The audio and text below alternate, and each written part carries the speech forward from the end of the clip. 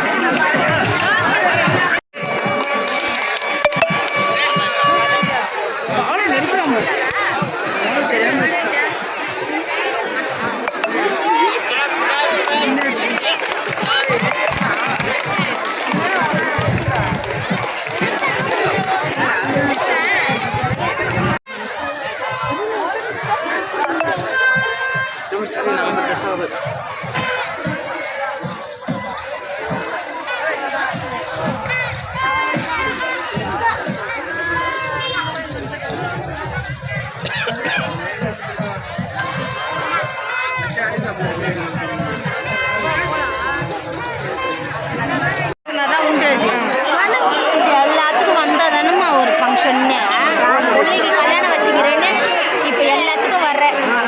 இல்லைன்னா ஒரு வண்டி அமுச்சு வச்சுருவேன். குழந்தைக்கு தட்டு வாங்க, குழந்தைக்கு தட்டு வாங்க.